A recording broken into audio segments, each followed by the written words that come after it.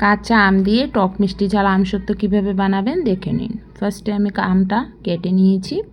এখন আমরা একটা প্যান নিয়েছি, প্যানের মধ্যে আমটি দিয়ে দেব, দিয়ে তার মধ্যে 2 চা চামচ লবণ দিয়ে আমরা আমটিকে 10 থেকে 15 মিনিট বয়েল করে নেব ঢেকে। 10 থেকে 15 মিনিট পরে দেখছি আমাদের আমটা অনেকটা সিদ্ধ হয়ে গেছে। এখন আমরা আমের বাড়াটা সরিয়ে দেব, দিয়ে এটিকে আমরা কিছু সময় আবার নেড়ে চেড়ে তার মধ্যে আমরা একটু চিনি দিয়ে দেব। আপনারা যে যেরকম পরিমাণে মিষ্টি খান অনুযায়ী চিনিটা দেবেন। এবং আমরা তার মধ্যে একটু চিলি ফ্লেক্স দিয়েছি যাতে টক মিষ্টি ঝাল পাওয়া যায়।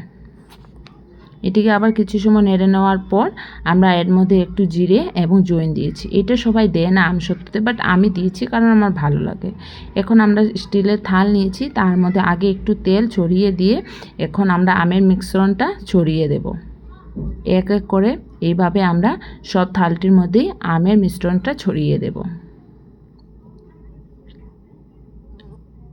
লাস্টের আমসত্ত্ব থালটা আমার হাজবেন্ড দিয়েছে, ওর ইচ্ছে ছিল ও একটা থাল দেবে তাই। এখন আমরা এটিকে রোদ্রে রেখে দেব 2-3 দিন, কড়া রোদ্রে রেখে দেব। 2-3 দিন পর দেখেন আমাদের আমসত্ত্বটা শুকিয়ে গেছে। এখন আমরা আমসত্ত্বটা কেটে নেব, কেটে এইভাবে এটিকে উঠিয়ে নেব। সত্যি আমসত্ত্বটা খেতে অনেক ভালো হয়েছে, এইভাবে বানিয়ে খেয়ে দেখবেন, সত্যি অনেক ভালো লাগে। আমি বানিয়েছি দেখে বলছি না, এটি অনেক খেতে সুন্দর, কারণ টক মিষ্টি ঝাল সবটাই এর মধ্যে আছে।